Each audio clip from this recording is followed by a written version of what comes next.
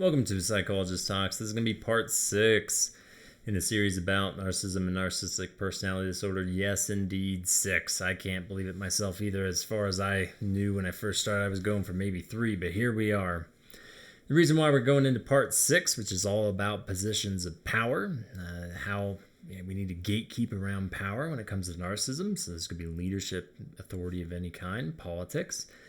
I needed to separate it from gender because gender was a really important and layered topic that deserved its own time. But today we're going to start talking about essentially power. So we're going to go through a few things. One, just give the central notion of why is it dangerous for these individuals to get into positions of power? Although there are caveats to this. It isn't all or nothing. I'm not big on absolutism, but by and large, the more unhealthy they are, the more you want to keep them away from power. So why is that? Then I'll roll through the different major areas of power that we talk about. One is parenthood, and I just want to preface this in saying the challenge with parenthood is that I'm not going to offer much by way of we need to gatekeep better because we don't really get to choose our caregivers. But I want to honor the fact that this is our first relationship with authority figures. This is our first relationship with power. And thereby, when a narcissistic individual inhabits that space, it's a dangerous start point for a lot of people. Number 2, we're going to talk a little bit about organizations.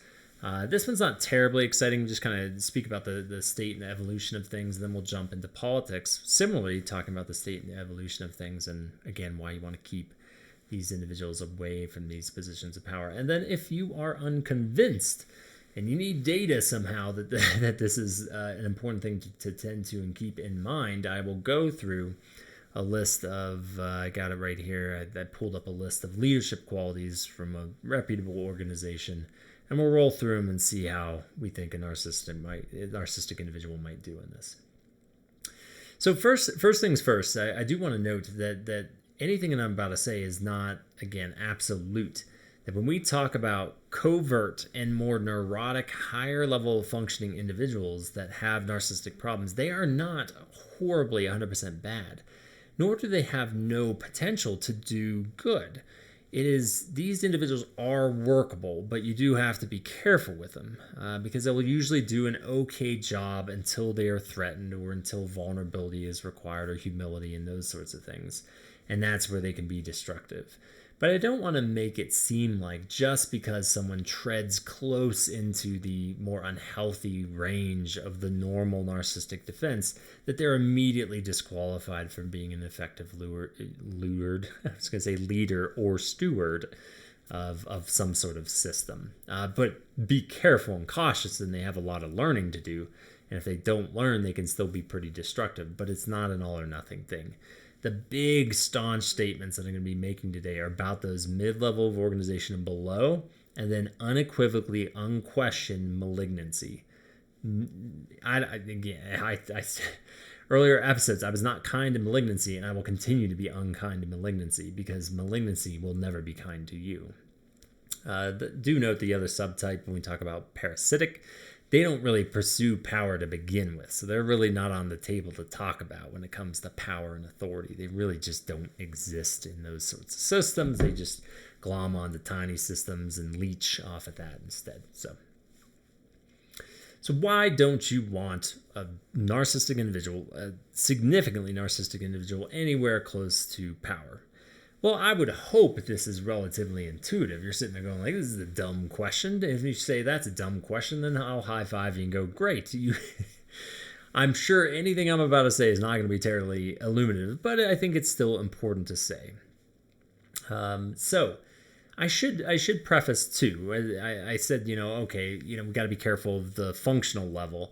But the other thing is just so it don't sound like a hypocrite. I have said we're not supposed to diagnose, right? And I will stand by that. Us as lay people, our job is not to diagnose. However, it is incumbent upon us as a society to gatekeep gatekeep power away from individuals who have these tendencies because they are so destructive.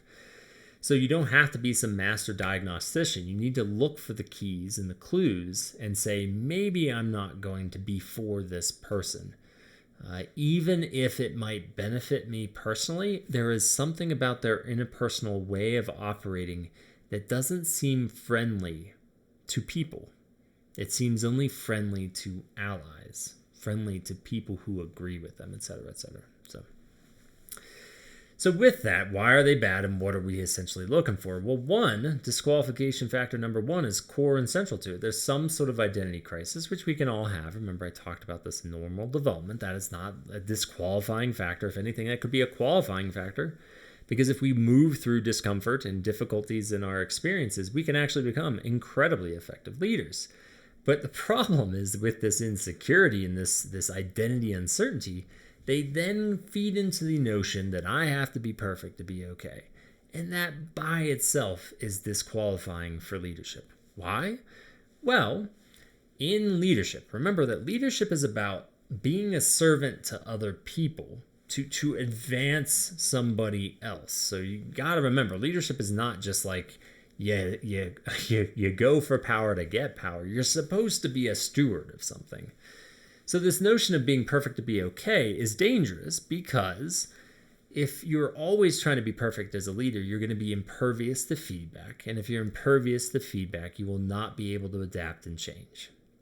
This is bad news for any sort of group, any sort of system that has a narcissistic leader, because while it might go okay at first, if the seas are quiet, there's no major conflict, you might not notice a problem right away. However, the minute there is any sort of crisis or any sort of problem or anything that threatens that person's ego, the system is immediately jeopardized because they cannot weather the storm of being anything less than perfect. So that in of itself can be disqualifying. What makes them extremely disqualified is that they then take that and engage in a process of valuing and devaluing. This is probably the most dangerous aspect of it. Because, the first one, you can have people who are insecure, and so they have a hard time inhabiting leadership. They have a hard time receiving feedback. Sure. Still not good by any stretch of the imagination because of the nature of the narcissistic defense. But when you get into the world of valuing and devaluing, this is where they will deconstruct systems around you. The system that they are supposed to protect becomes the enemy eventually. You might get lucky with narcissism where if everything again is cool and things are going well and the system supports them and their ego, they're not going to deconstruct it, not right away. But it is not a matter of if, it is a matter of when, that eventually something about this system or someone within the system begins to challenge them. And they will value and delegitimize anything as a means of protecting themselves and preserving their sense of power and authority. And so anything gets on the chopping block.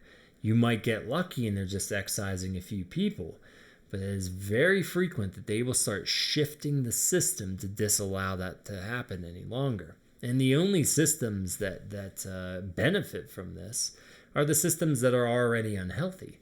It is not about anybody except the person in power, and everybody is having to bow to that person in power. And even then, it doesn't even benefit that, because guess what?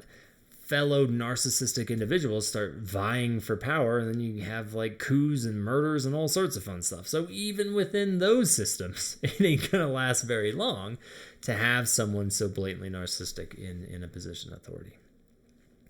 So there's no, I'm not big on barring people from growth in life. I'm a huge advocate, this sort of notion of nothing is unredeemable, that the things that we do in life and the experiences we have, there's always room to learn and grow and move into something and become something greater than what we are. And that includes narcissism. It's not like people come in, if they have narcissism, I'm like, I don't want to work with you. I love working with them if I can crack them and get them to actually start moving to somewhere healthier. But it is not the time or place to put them in a position of power and let them maybe heal when they're in a position of power. Because guess what? They don't typically heal terribly well when they have the power.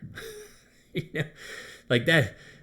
You don't want to be sitting there waiting for them to get better and meanwhile give them a bunch of authority. That's just not how it's going to work. Could they someday get healthy enough to be in a position of power? Maybe. Or maybe they need to live a different type of life where they can have power in certain facets of their life, but they're not in charge of systems. It's better just to keep them away from this sort of stuff. remembering the caveat that the neurotic level individuals, they really can grow and mold into this and do something very healthy. It's why I believe in the power of coaching and really helping them psychologically. It's not like surface level coaching we're talking about here. This is where organizational psychologists can do a good job of really doing therapeutic-like work and coaching them into a place that's far healthier for themselves and the organization or the system at large. Anyway, so let's roll through the different positions. One is just honoring our first relationship with power, and that is parenthood. Very sad that we don't get to, it would be a weird world if we got to pick our caregivers, because we'd often pick poorly, because when we're kids, we don't know what the hell we want half the time. But I think you get my gist is we didn't get to pick our parents, and so we are subject to the things that they do well and the things that they don't do so well. I want to be explicitly clear. There's this notion, the Winnicottian notion of there's a good enough mother, there's a good enough parent. I'm not talking about that we have to be perfect here as parents. However, when you're talking like that mid-level of organization and below for narcissism, you're not getting out of there unscathed. Doesn't mean you're going to be like a super sick individual. The power of resiliency and the power of more positive relationships in people's lives is not to be underestimated. However, it really messes with people's object relations. It also messes with people's understanding and how they interface with power. Object relations, by the way, is this sort of sense of oneself versus the sense of others in the world at large. And it distorts notions about what that is. And then people's relationships with power can get really wonky because it's just getting downloaded from a narcissistic brain. Or heaven forbid, if you got two narcissists colluding together and canoodling together as both parents in a parental unit, that gets really dicey. Because it encourages narcissism in the individual. For others, it really creates crises of self and insecurities because they have a really hard time interfacing with people in positions of power because they don't know how to do that healthily, because the narcissistic individual is just so unhealthy to be around and so confusing to be around. It just really messes, again, with people's object relations. So that is our first template through which we start to understand power. And then we go into this adult world and we are still beholden to these tendencies. In organizations, as much as leaders are leading fellow adults, we are still subject to these kind of parent-child interactions when we interact with people in positions of power. That's kind of how authority works. I'm not saying that's how you should envision it, but it follows very similar lines. When you kind of talk to people about how they intersect with power, it will have certain parallels or certain divergence from their childhood for a reason. There's a narrative there. So organizations, we spend a ton of time in our lives at work. And so organizations, there's the good old boys club of the past. I know it's a little bit gendered, but let's just be honest about history. Most leadership has predominantly been men, and men would often, not always, there are some really great companies out there with really great executives, but there are lots of narcissistic individuals floating around there, scratching each other's backs and making sure that they stay in power. And the system, I think, condoned that a little bit better. Organizations could survive a little bit longer with people standing on the shoulders of other people and taking all the credit, this kind of American exceptionalism, all this kind of stuff. The time allowed for it, but over time that has been increasingly disallowed. And I'm actually quite proud of as much as I find myself very annoyed with business quite frequently and notions around leadership, we have done a pretty decent job in researching and really pushing leadership that is far more relationally forward, relationship forward, and far more about kind of equity and communal mindsets. And so because of that, the business environment has become less hospitable to your traditional arrogant, entitled, and especially malignant narcissism. And you will still, don't get me wrong, you're still going to see lots of covert ones. You'll see quite a few neurotic level individuals floating around, but remember, they're a little bit more workable. The trajectory, though, you'll often see of when they start to crumble is that an organization, when they come on at first, they have more latitude, they have more power, there's a lot of hope invested in them, there's this idea of innovation, especially if it's like a new company. And so they'll do quite well for several years. However, organizations are their own living beings, and they will eventually pass up this honeymoon growth period and get back to a moment of crisis or a moment where they need to pivot. And this is where narcissism really struggles, because that high they were riding no longer works, and they have to engage in a lot of humility, a lot of introspection, and a lot of willingness to be willing to change. And that's where they tend to struggle, because they want to be in power all the time. So it depends. It really does depend. But it's kind of cool seeing the business world of things trying to do a pretty decent job with leadership selection. I'm not saying they're successful all the time, but they're trying. They're trying real hard. So then we get to politics. Oh boy, right? Here we go. Charged as ever, but it's so critical. And so let me wipe the smile off my face here and be very serious. This is not me being hyperbolic at all. The ability for us to gatekeep staunch narcissism out of politics is one of the most important things that we can do as a society. One of the most important things that we can do as a society is ensure that we do not elect people who are obviously narcissistic into positions of power. One of the most important things that we can do. You cannot underestimate, I don't care if you believe in big government, small government, or anywhere in between. The last thing you want to do is give a narcissist, a staunch one, access to norms that allow us to operate as a society. It's a recipe for disaster. It is a recipe for disaster. It's going to go downhill. Now let me pull back for a moment, assuming I didn't get just a bunch of dislikes and, people closing it down. And you go, oh, it's a liberal guy. Like, no, I am taking this from a perspective of psychology. Do not politicize me in this moment. This is 100% psychology. 100% psychology. I don't care if it's here in this country. I don't care what side of the aisle. I don't care if it's another country. I don't care if it's an alien race somewhere else. Since all this news of UFOs and stuff coming swirling around. This is a universal truth. This is a universal truth. Unless you want a dictatorship, in which case, go move to a dictatorship, okay? Go have fun with that. See how you do. So, I'm being very serious about this. I do not underestimate the power of this. Do not underestimate it. So let's go through a little bit of a history lesson here. At least my understanding of history here. Historians can slap me around for getting it wrong. They tend not to slap much, but who knows, man. Got some aggressive historians out there, maybe. I don't know. So I'm still pretty young. I grew up in the 80s and 90s, and I will say my interpretation is back then we would project perfection onto politicians. Stupid mistake. Horrible. I mean, I get it. I get the notion. The notion here is, well, if we want a steward of society and a steward of our country, we probably want someone who's pretty well-rounded. Yeah, of course. Not just some average nobody, right? Sure. Problem is, they had to be this, idyllic individual. Like, if there was any history of divorce, disqualifying. Any drama within their family, disqualifying. Wore the wrong suit on the wrong day, disqualifying, right? Like, we had this and this is, again, before it was way too charged. Like, both sides of the aisle, we would just project perfection onto these poor individuals. Not always poor individuals, again, in a minute. But it was ridiculous. It was absolutely ridiculous, because what you actually want is a flawed, complete human being in these positions of power. People who have actually worked through adversity and learned how to grow through it. Because otherwise, think about the math that we're doing here. We project perfection. You have to be perfect to be electable. The defense, I have to be perfect to be okay. We created this monster. We created just absolute red meat, or I guess maybe an eggplant if you don't eat meat. My apologies. I'm not trying to be mean, but whatever is supple and alluring if you're not into red meat. I mean, we just created this just savory dish for narcissism. It's just a position that you can have effect over a country, power, and meanwhile perfection is desired.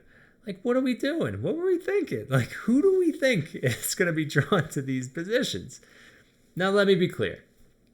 There are tons of service-minded people in politics. I do not want, if you're in politics, you know somebody in politics, I don't want this to sound like, it's just a bunch of narcissists. That kind of, BS argument that people make these days. They're all corrupt. I mean, that's what started this whole thing back in the 80s and 90s. You started seeing everybody's corrupt and nobody can be trusted. And there's a reason why we're getting to where we are at now.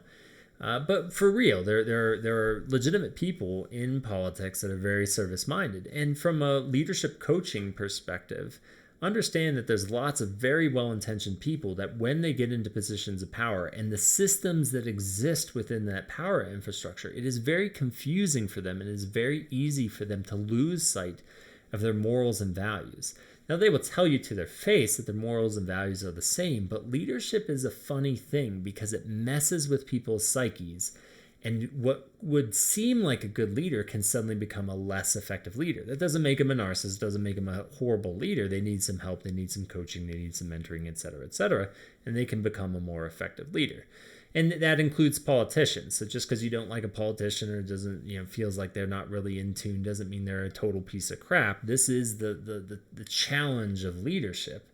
That it shapes you and it challenges you, and not everybody can really stick to the core of who they are within that system. But you better believe there's narcissists running around there. So we project this perfection. But the pro of this projection of perfection is we also had these kind of common truths and morals and standards that said you need to treat people with respect, you need to be thinking about the care and nurturance for human lives. And it had this kind of subtext of like empathy and perspective taking and giving of power and sharing of power that we seem to value to enough of a degree that the more obvious kind of mid-range below in the malignancy couldn't touch politics with a 10-foot pole. They couldn't. And that's a good thing. Again, the covert and those sorts of things are living there and thriving. They're doing just fine. But we at least kept like the worst case scenario out of our politics in the United States. So we decided to change. And I think, again, for good reason, this whole like, they're all corrupt, blah, blah, blah, blah. There is this desire to get back to the everyman. You go back to the earliest phases of our country. These weren't people who were bred to be politicians. These were people who walked amongst us. And so it was important, I think, for us as a country to begin to shift this sort of notion of perfection and instead embrace a degree of imperfection, because you want that. I said, sometimes that imperfection you don't want with a 10-foot pole as well, but sometimes that imperfection leads to someone far more dynamic and far more capable of holding perspective than someone who has never had anything happen to them in their lives. And so this was an important shift. But as we tend to do as human beings, there are those of us who like to overcorrect and embrace something that is the exact opposite of perfection. And that is an imperfection that is so destructive and so self-serving and so uncouth and so indifferent of any norm that it acts as, just an absolutely antithetical to the entire idea of governance and the entire idea of the social fabric that keeps us together as a society. It is self-destructive. Go to my episode about self-destruction. It is absolutely indicative of self-destruction, as well as power and trying to obtain power and secure power, and corruption that follows. But not all of them are bad actors. Not everybody who's kind of, finds themselves, voting and moving towards this type of personality. Some of it is there's a complex psychology behind it. It's not all just, bad people or anything like that. There is complex psychology behind this.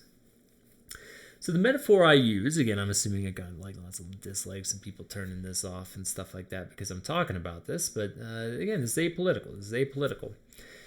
So the metaphor I use is, let's say, where politics began. And understand, I don't have vision for the 40s, 50s, and 60s. I'm sure we've been through these cycles to a certain degree, so I want to honor that. But we in 80s, 90s and stuff, we were like a china shop.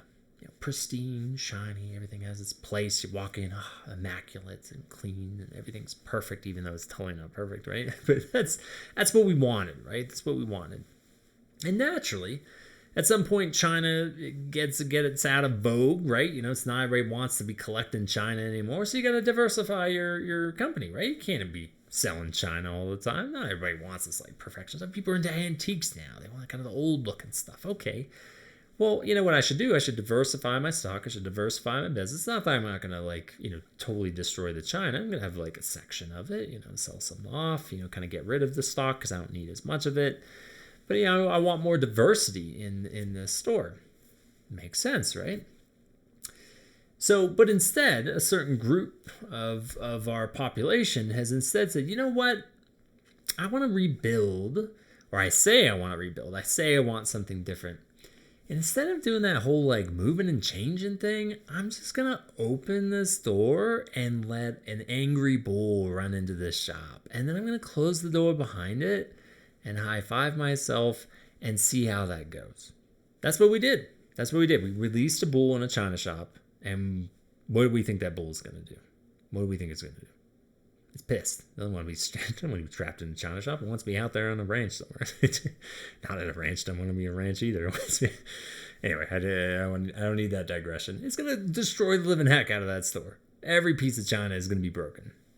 Now the analogy or the metaphor falls apart here because the reality is, I was just speaking to it, a narcissistic individual getting into any position of power is not going to immediately destroy everything because they're not that dumb. They're not that dumb. They know that they can't just reimagine the entire thing all at once, and that even then assumes intentionality. Antisocial individuals are more intentional than narcissistic individuals. Narcissistic individuals, it is the if, it's not the if, it's the when, is they might do okay for a while because if the system doesn't challenge them, they might retain it and it's not their fight. Or they know, like, I'll lose power if I attack that too quick. But they start doing the dirty work very, very quick, especially the lower level organization and the very malignant individuals. They start delegitimizing and devaluing systems and people very quickly as to create an infrastructure that helps them maintain power. And the inevitable result of this is that then institutions and people will start to challenge them because somebody actually recognizes that there's something unhealthy about this. And then guess what they do? Oh, you think that they're going to like keel over and give up? No. They will then go on a campaign of delegitimizing and destroying more and more institutions until the institutions can no longer contradict them and can no longer keep them out of power. This is basic 101. This is what they do. And they're not always malicious and they're not always conscious of this either. The malignant types can be, but they are a slave to their own drives. They lack self-awareness. And then you have people around them for their own seeking of power, their own sorts of fears and uncertainties will then collude with this.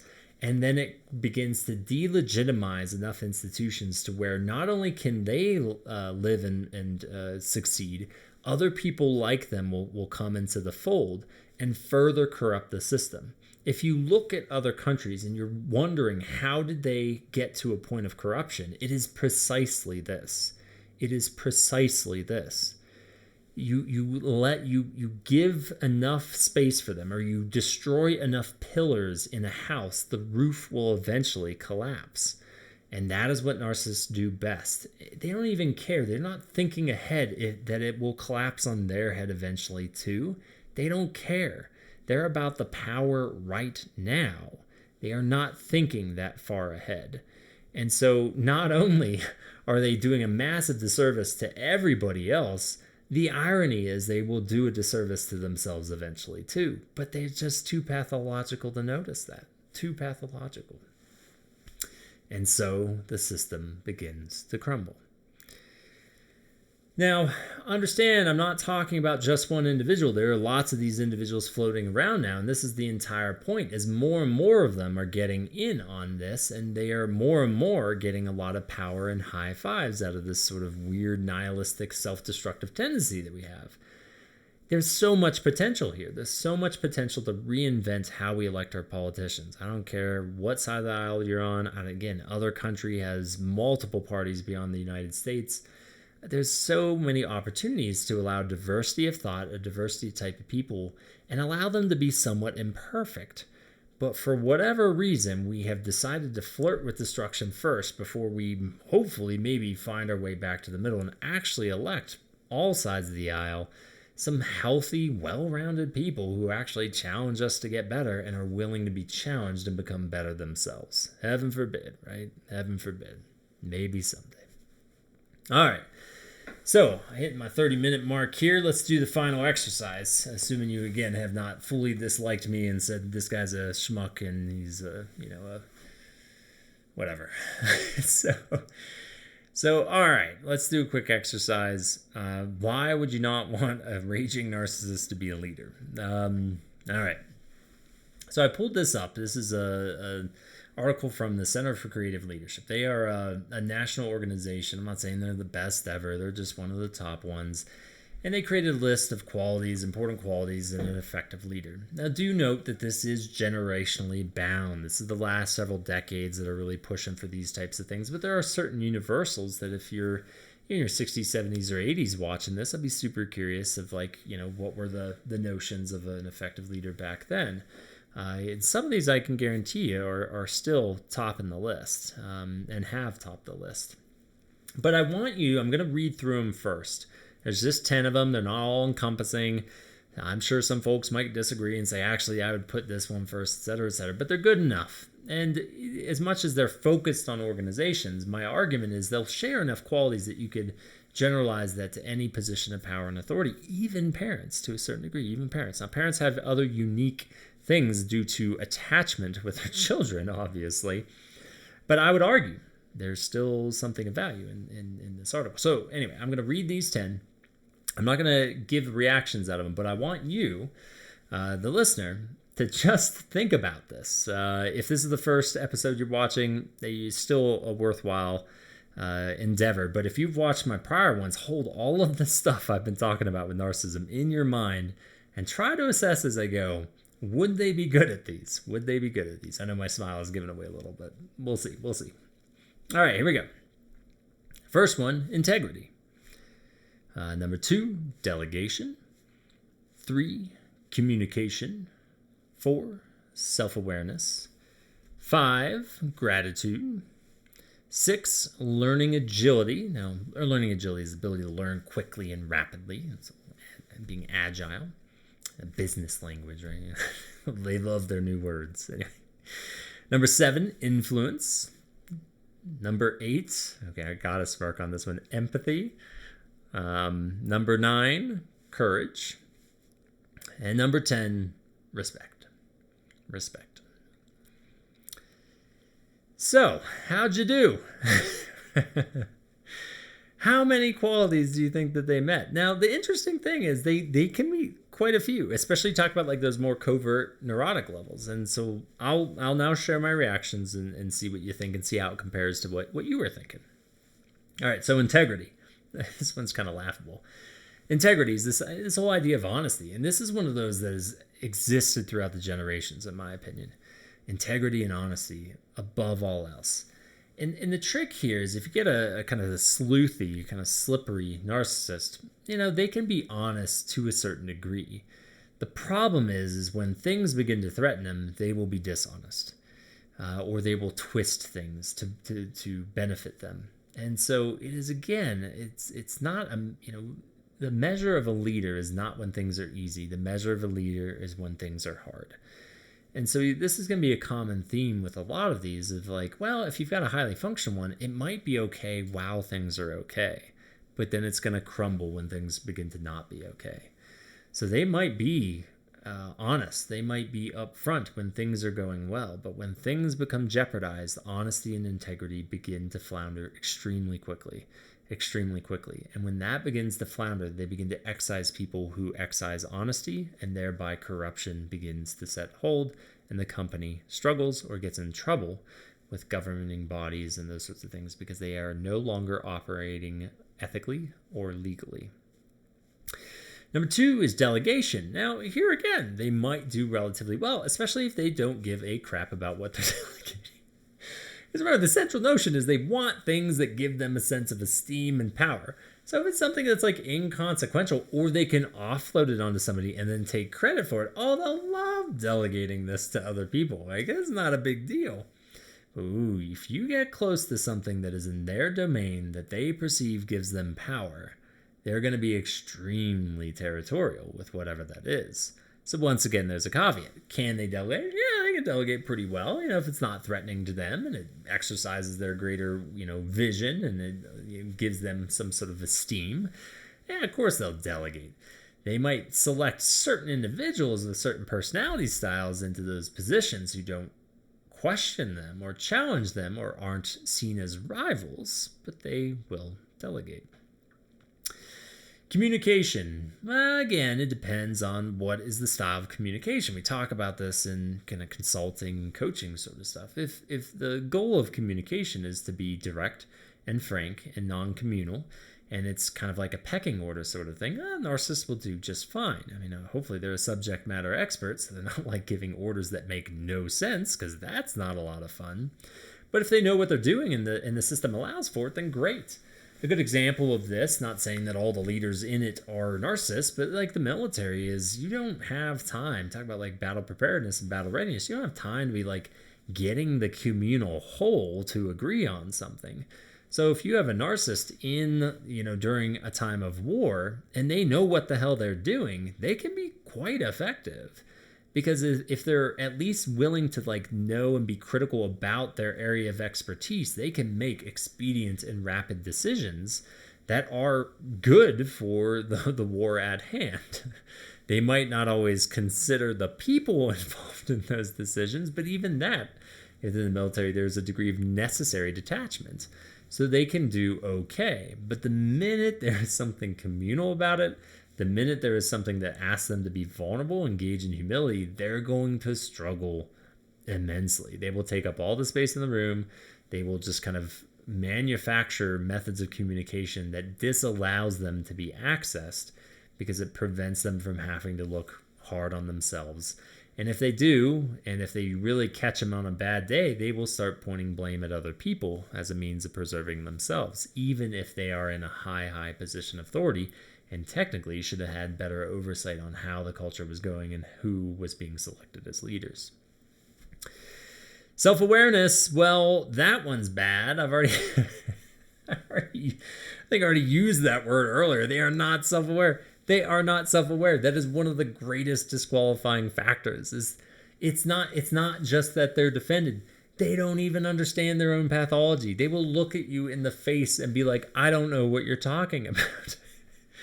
And so their blissful unawareness ain't blissful for anybody around them. They are so impervious. They can't even like consider the notion, because these castle walls are so high. It precludes them from growth. It precludes them from meaningful, important growth, which gets into number 6, skipping ahead, the learning agility. The ability to take in feedback rapidly, assess that in an impersonal way, albeit can lead to personal growth if a leader's really being good about it, and meaningfully adapt and shift change. They can do okay with that if everything's hunky-dory and their power is preserved, but the minute it is threatened, they will convince themselves of a course of action that is antithetical to growth, but they will try to convince you it is exactly what you need to do because they are unaware that the predominance of their decision-making process is because they are terrified and they're trying to protect themselves. They don't piece that together. The people who actively know that is happening and do it anyway, well, no, this isn't even right. I was going to say know that it's happening. The people who get away with this are the ones who are like antisocial and sociopathic, but they don't have internal dilemmas. They're just straight manipulating anyway. Malignant types are, I think, a little bit more aware. Sometimes they're oafs in of their own right, but they will manipulate anyway. So, it's kind of a double whammy here. Going back to gratitude, number 5. So I kind of combine self-awareness with learning agility. Gratitude, we're kind of beating the same drum here. Is like they will be gracious and they will express gratitude to people who esteem them and people who help them attain power in some sort of way. But they will delegitimize anybody who threatens them in any way, shape, or form. And so what you will get, as I believe, alluding to earlier, or at least my brain was thinking it, is that if you talk to people in their inner circles, the folks in the inner circles will sometimes be like, oh, they're lovely, nice people. But that's because you're in the inner circle. How do they treat people who threaten them? That's not using the word threaten. That sounds aggressive. Who challenge them? Or people who are contrary or give not so positive feedback. That is the true measure of their ability to engage in gratitude, not when you are saying nice things and you're in the inner circle. That's easy to accept. I hit in 40 minutes here, so let's wrap this up. Influence. They are good at influencing. Now, it's who they're influencing is interesting because there's a lot of people that find a lot of safety with strong people who give off an air of strength, even if it's a total facade. So they can influence people for that, and they can be at times typically a little bit more higher functioning, but they can be quite charming and draw people in. So this is one area they do an okay job at. The problem is the influence is hollow. So if there's any desire to relate or be seen and be humanized, yeah, they'll influence short term, but they ain't going to influence long term unless it's people colluding with power and the retention of power, and they're just using each other as tools to retain power. Great. They can be successful at that long term. Number 8, empathy. I'm not even going to go into it. I mean, come on. We talked about it. It's like the malignants, there's a possibility they are incapable of empathy, but the most of the narcissistic individuals, they're unwilling to engage in empathy. High level function, maybe they'll feign it, but this is not their strong suit. So you need an empathetic leader. Don't look towards a narcissist, right? Courage, number 9. This one is interesting because they are very courageous individuals. Now, that doesn't mean that they're smart with their courage. It doesn't mean they're intentional with their courage, but I will give them credit. They will just like blaze forward with a courageous mindset. But whether or not it's actually beneficial to anybody is absolute just roulette. It's a game of roulette because it's all self-serving courage. It's self-serving courage, which becomes problematic. And last but not least, respect. It's kind of the same thing I was saying with influences. Like, they'll respect you if you're in the inner circle. They'll respect you if you're doing something good for them. But outside of that, they ain't got respect for nobody except themselves. At the end of the day, it is about them. At the end of the day, if they're going to choose between you or them, they will choose them. So, hopefully, if for some reason just my notions that these individuals aren't good leaders was insufficient, going through leadership research over the last several decades, some central tenets of positive leaders has illuminated the point that caustically narcissistic individuals should not be anywhere near power in any way, shape, or form. And that does not mean that they are unredeemable. It just means that their redemption story should not include authority over other people. So, I hope this has been an interesting, if not controversial episode. It is, though, an important one. It is one of the most important things we can do as a society is to generally understand these notions, these psychological tendencies, the relational tendencies, and try to be more intentional and more judicious with who we elect into positions of power, whether it is in our personal life or in our business world or in the greater political atmosphere. We need to do a good job with this sort of thing. As ever, I hope this has been interesting, and stay curious.